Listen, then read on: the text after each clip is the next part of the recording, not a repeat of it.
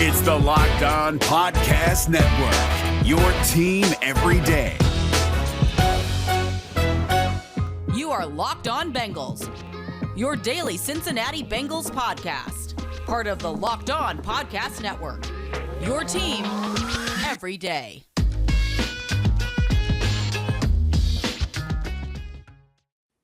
What up, Bengals fans, and welcome to another episode of the Locked On Bengals podcast, where we wear matching hats.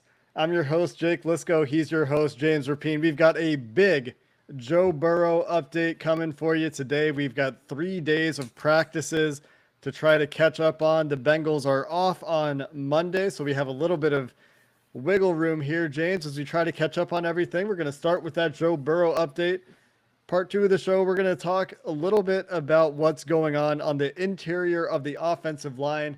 Quinton Spain has been missing with a little minor injury for a couple days, and there have been some interesting combinations starting at guard for the Bengals the last couple days.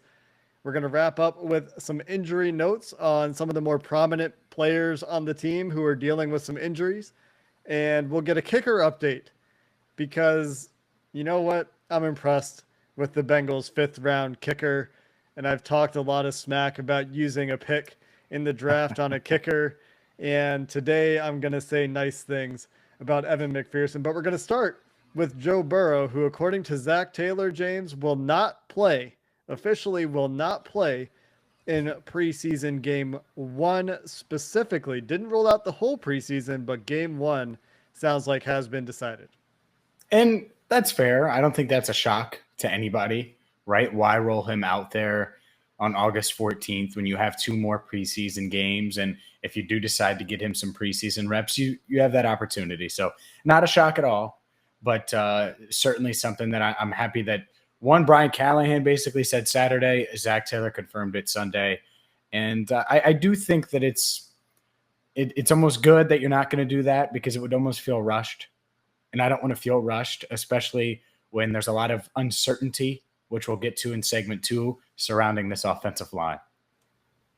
Yeah, there are certainly some questions on the offensive line. And if, Joe's not feeling 100% comfortable, which he's said, although things looked up a little bit in practices on Saturday and Sunday, we'll talk about that here in just a second, you would want to be 100% on the offensive line. And say Trey Hopkins isn't ready to go, or, Quinton Spain isn't ready to go next weekend, it doesn't really make sense to put Joe Burrow out there against the Tampa Bay Buccaneers, regardless of who they're playing, if you're not pretty confident in the unit you can put in front of him.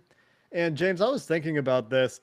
I know that the trend right now seems to be, if I'm reading between the lines, that Joe Burrow may get some time in preseason game 2. That seems to be the way things are kind of looking right now.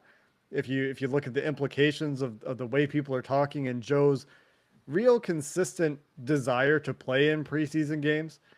But the more I think about it, the more I think don't play him in preseason games. I know we talked about it on, I think, Friday's episode. It might have been Thursday's episode when we went back and forth about whether he should play. And you can make a good argument that says he should. But for me, given the history of ACL injuries in the world, given what's going on in terms of the preseason generally not counting, it would be nice if he could play in the preseason games. I just don't think it's worth it. Give him all the time he needs in camp to feel as comfortable as possible. And sure, maybe game 1's a little rocky, but you got to take the long-term view here. And that's kind of what led me to conclude the way I did. If he plays, I get it. Like I said, I see the argument, but the more I've thought about it, the more I've kind of continued down the path I was on last time we talked that he shouldn't. Yeah, and I wouldn't be shocked at all if it is that route and they go that route, especially if he plays like he did on Saturday in 11 on 11s, steps into throws, looks comfortable, looks confident, throws I won't say a laser, but just an on-point pass on 3rd and 15 to Jamar Chase. It was just a perfect ball, what you would expect from him, precise, despite having a rush around him. And then he hits T. Higgins with a ball that, honestly, if he let him a little bit more, maybe T wouldn't have had to high point it like he did. That being said, it was such a highlight reel catch from Higgins, so you'll take that all day long. So there are flashes, there are signs on Sunday during some red zone stuff. looked really good. He did. He connected with Tyler Boyd for a couple touchdowns and was just looking more like himself. So if by the end of practice next week or the week after, it looks like, oh, Burrow's ready to go, well, then he might not need preseason. My concern is him going out there when things do matter and do count. And yeah, I don't care about the game. Zach Taylor's lost 25 games in 2 years. They're used to losing. So it's not about that individual game. I just want number 9 comfortable when it's real. And that I think is big. And it's something that this coaching staff, it's something that he's going to have to gauge and continue through this process. And he admitted he's not all the way back yet mentally. But I think the past couple of days have been steps in the right direction for sure. Yeah, when he's talking about, things are a little sped up for me right now. I'm not feeling the pocket as well as I'm used to. I have to see it. You talked about it when you went on the radio after Saturday's practice. I listened, by the way. I tuned in to 700 when you were on. Heard you talk about that quote from Mr. Burrow. Yeah, he's not comfortable yet because he doesn't have that sixth sense that he's used to having. And if that starts to come back and he starts to feel more comfortable, they put Brian Callahan and Dan Pitcher around him on every throw he made on Saturday, as was pointed out by many beat writers, just to stimulate, there are guys around me, there are guys near my knees. I need to be able to handle that as a quarterback. I totally get where Joe Burrow is coming from and needing to feel more like himself. And I think he's starting to take those steps, right? On Saturday, he talked about the very successful long touchdown drive that featured a 4th and 5 conversion, that fade pass to T. Higgins you talked about, that 3rd and 15 conversion.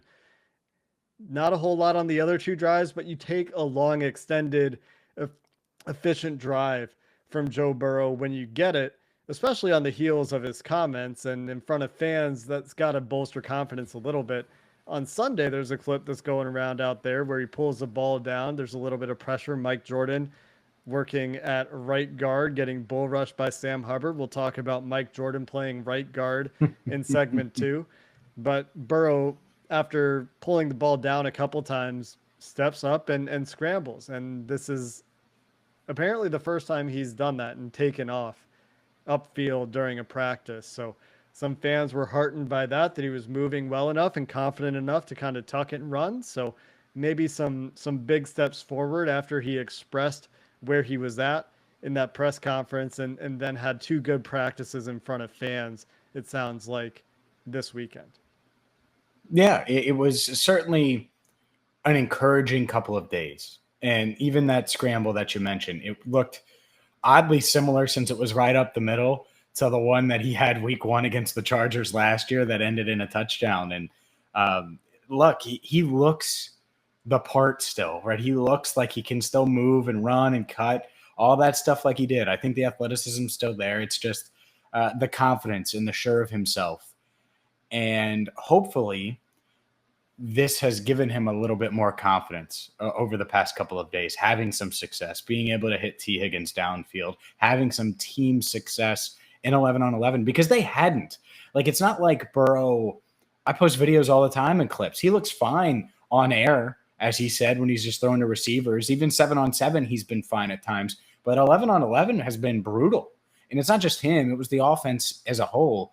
But that starts with him. And I think they took some big steps forward. He took some big steps forward. And hopefully now they can maintain it. Unfortunately, I think that that question isn't just about Joe Burrow. It's about what's in front of Joe Burrow, which is there's a lot there that we're going to have to dive into.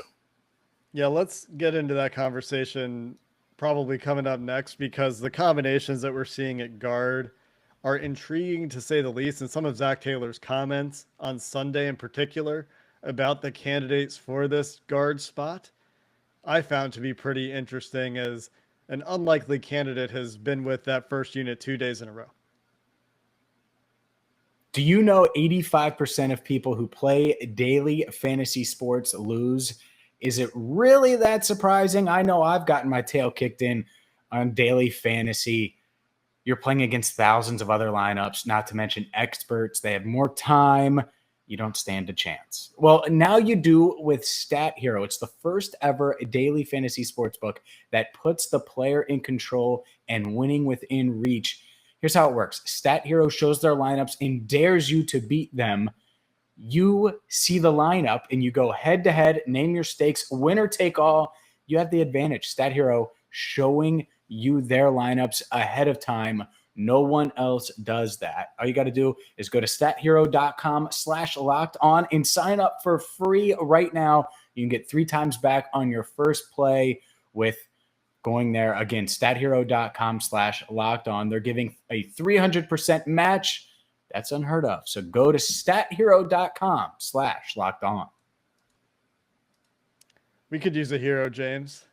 A hero to step in and patch up this depth on the interior of the offensive line. Quentin Spain missing time with injury. That's fine. Doesn't sound like it's anything serious. Expect that he should be good to go for the regular season. And if it was a regular season, maybe would be practicing, maybe not. Hard to say.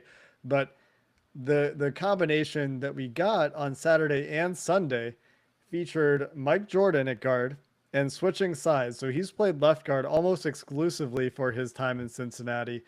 Was working at right guard in practice the last couple of days with Deontay Smith, the former tackle, who made some lowlights, I guess you could say, going against Sam Hubbard the other day in one-on-ones at right tackle, moving over to left guard. And it sounds like Deontay Smith actually has flashed a little bit at left guard, has shown some things at left guard, and is somebody that Zach Taylor in particular, I think Brian Callahan as well, this offensive coaching staff in general is very pleased with, notably that he's made his weight, that he's hit his weight milestone, Zach Taylor points out. And Zach Taylor using that as proof that, you know, Deontay Smith, a real pro's pro. He's handling his business. He's hitting his goals. And with him getting time in front of Jackson Carman, you kind of wonder, is that sending a message to the 2nd round pick if the 4th round pick from tackle, I guess Jackson Carman was also a tackle, is now getting time at guard ahead of you in these padded practices? Yeah, you certainly wonder, and you question a lot here.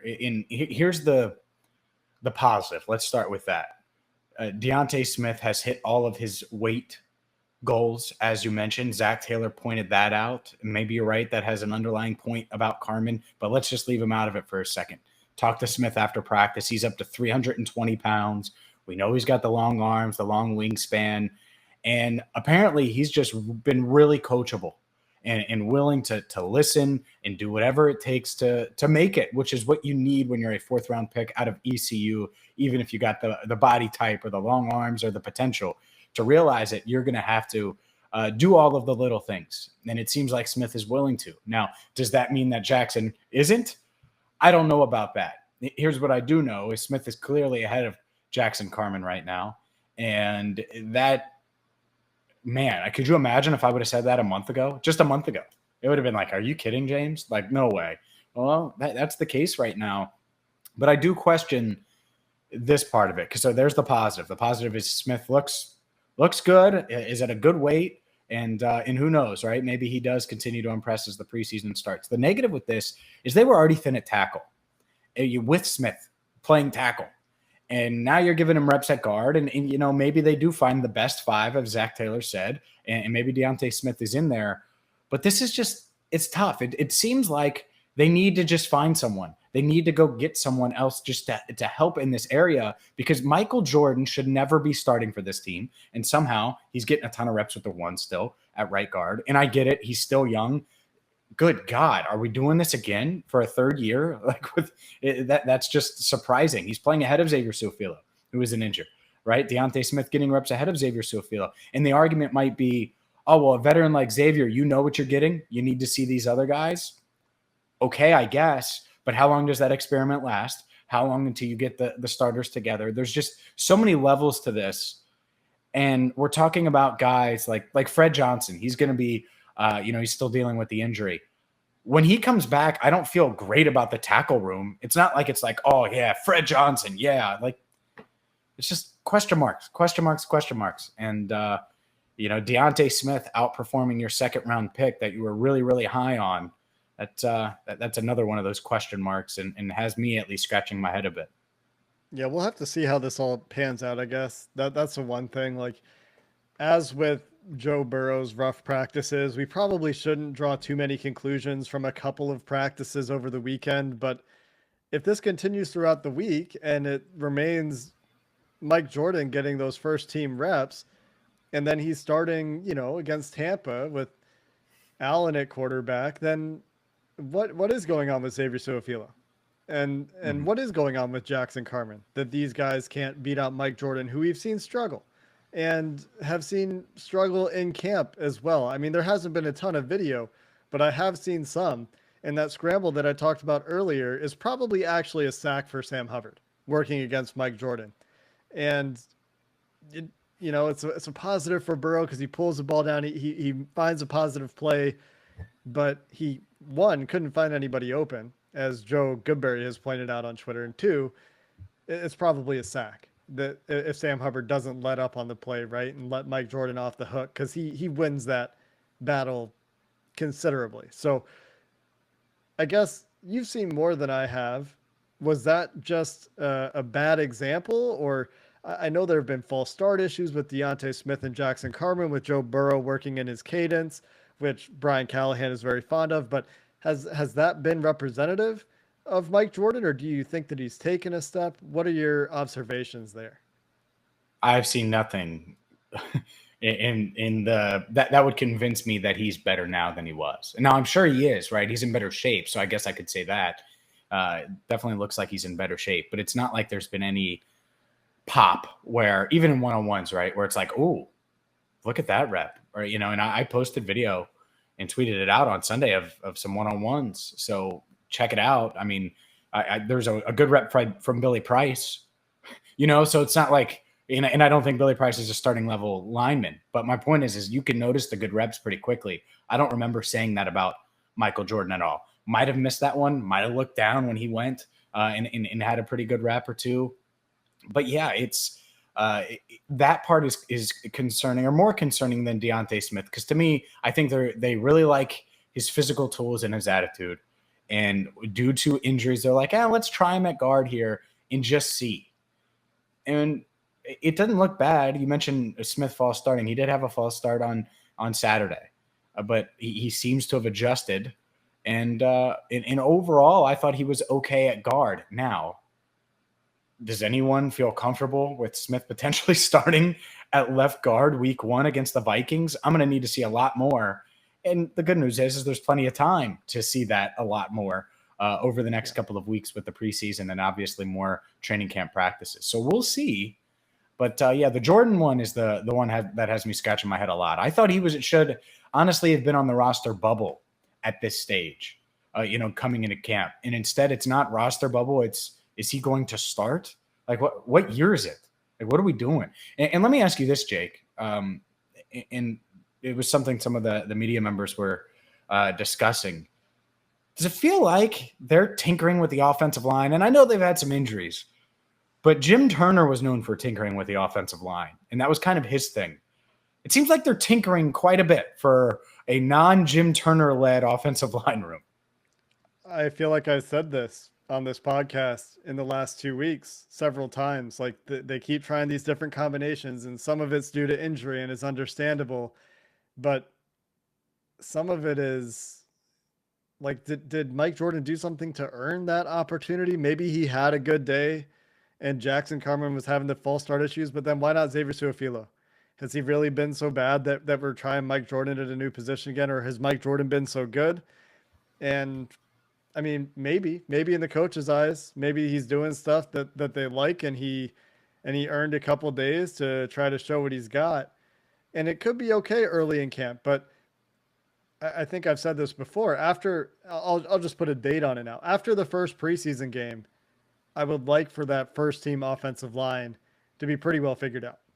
And if you need to figure out who the backups are in a couple spots, fine. But we got to find the cohesion if we're the Bengals at this point on that offensive line. And that's been a struggle for them. And it was a struggle under Jim Turner. And you're right, it has continued. And it's something that I noticed right away when camp started and we started talking about this the first time. So it certainly continued. And again, some of that due to injury. We have some other injury notes that we should get to. And that kicker update that I promised, and we'll go there coming up next. Jackson Carman off to a slow start to his NFL career. Someone needs to get my man some Built Bars because, look, it doesn't matter if you're an NFL lineman or you're working in an office. Built Bars are the #1 protein bar on the planet. I had multiple listeners of Locked On Bengals over the weekend mention Built Bars, which was awesome at camp, by the way, because one, I get to see you guys in person again. Two, the fact that you listen and you're buying Built Bars. And I forget the gentleman's name. I actually don't know if I got it, Jake, but he was like, we're a Built Bar family because we listen to Locked On Bengals. And they all looked like they were in great shape. So if you haven't tried Built Bars yet, you need to. They're high in protein, low in sugar, low in calories, and you're going to save money right now with promo code LOCKED15 at BuiltBar.com. You're going to get 15% off. Again, LOCKED15 for 15% off at BuiltBar.com. Not only Built Bar, but we've also got Bet Online for you today, the fastest and easiest way to bet on all of your sports action. The Reds, 10 games over 500 at the time of recording for the first time in what feels like forever. If you think they're going to make a playoff run, you can get in on that action at betonline.ag. They've got the latest news, odds, and info for all of your sports betting needs. They've even got UFC and MMA covered as well. So go check out those real-time updated odds. They've got news for you all in the same place, and get into the game as the Reds try to make their playoff run and as Joe Mixon tries to overcome 16-1 odds to lead the NFL in rushing. We've got a 50% welcome bonus for you right now on your first deposit at BetOnline. Use promo code LOCKEDON when you sign up. Again, that's promo code LOCKEDON for a 50% welcome bonus on your first deposit at BetOnline, your online sportsbook experts. James, injury news. Trey Hendrickson missing 2 days over the weekend. Doesn't sound like there's anything major. We don't know what the deal is. The report is he'll be back Tuesday. Trey Waynes also potentially expected back this week. So is Quentin Spain. Eli Apple continues to remain somewhat injured, and Ricardo Allen has now begun to miss some time. So nothing major. We had a scare yesterday a little bit with Marcus Bailey. He got carted off the field on Saturday. Turns out, reportedly, that was dehydration. He's okay. But nothing major, which I guess, through 2 weeks of camp or so, we'll knock on wood and we'll take it. There's nobody that's expected to miss extended regular season time right now. I think back to last year's camp at this stage, and it's not the exact dates, but 2 weeks into camp of us covering camp, how many injuries were we talking about? I mean, it was a ton. It was a flood of injury after injury, from AJ Green to the defensive line. And it was a snowball effect. And yeah, so far, some minor things. I think Zach Taylor's really trying to do whatever he can to make sure that they stay minor. And that's why you haven't seen Quentin Spain for a couple of days, why Trey Hendrickson has been out. He's on the field, by the way, moving around fine, joking. Doesn't look like it's anything serious. It's just, hey, I think they're taking the long-term view with a lot of these guys, including Trey Waynes, who was back out there, did some team stuff on Sunday for the first time, did individual drills on Saturday, some team stuff for Waynes, which was good to see because he was off to a really good start, as was Eli Apple. And Apple's supposed to get back later this week or this coming week, I guess. So yeah, they're getting healthier, but nothing too serious. And really the two main ones that are like serious, and again, by this standard, right? So it's still not serious, but Fred Johnson out probably for another week. And then the same thing goes for Ricardo Allen, out for a week, probably a little more than a week, because Zach Taylor said at least a week. So we'll see with him. Yeah, and I think Ricardo Allen actually was in line for some sort of not insignificant role in certain sub packages on this team where they could potentially employ 3 safeties. And hopefully he gets back if that continues to be part of the plan, because I've actually heard some good things about Ricardo Allen early on too. I think that the coaches like what they're seeing from him on defense, and Fred Johnson is probably between the two the more concerning injury. He's had some injury issues in the past. He is currently being relied upon to be very important depth for this team. And we've had Riley Reef have a scare. He had a ding. He's back out there. He's fine. He's been practicing. But Riley Reef, Jonah Williams, and then Fred Johnson, and maybe Deontay Smith, right? And we saw what happened with Deontay Smith's first exposure. I'm not saying that's what would continue to happen. He learned from it. He's getting better every day, to say what the coaches would say about Deontay Smith, right? But this one really underlies the previous discussion we had about depth at offensive line, not just tackle, but I think also the interior, where you're seeing Mike Jordan being pushed up the depth chart in a way that, we didn't necessarily expect. And I don't think there have been any particularly pleasant surprises. I know Isaiah Prince was showing some things early on, but I haven't heard his name for a few days, so maybe that was short-lived. And I'm not sure where else the depth is coming from. I've heard Gunnar Vogel's name mentioned 0 times, and that was a college free agent the Bengals have on the roster to play tackle. Keaton Sutherland, I don't think I've heard anything about him. I don't think I've heard about Trey Hill, Lamont Gilliard. I haven't really heard much about any of these guys that are kind of depth pieces that maybe could have shown something to make you feel better about the depth.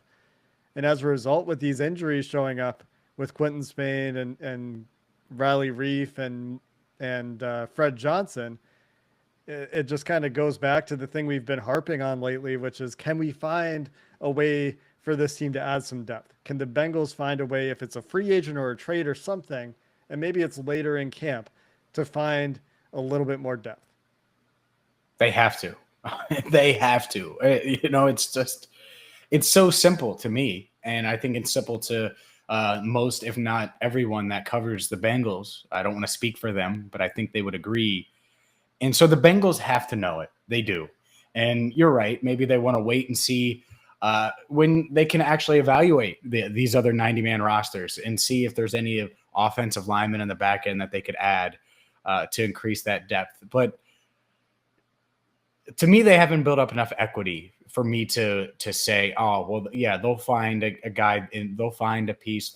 Right now, Jackson Carman's giving you nothing and hasn't shown enough. So there's no way he's going to even be able to play tackle for you if he's struggling right now with being a second team guard.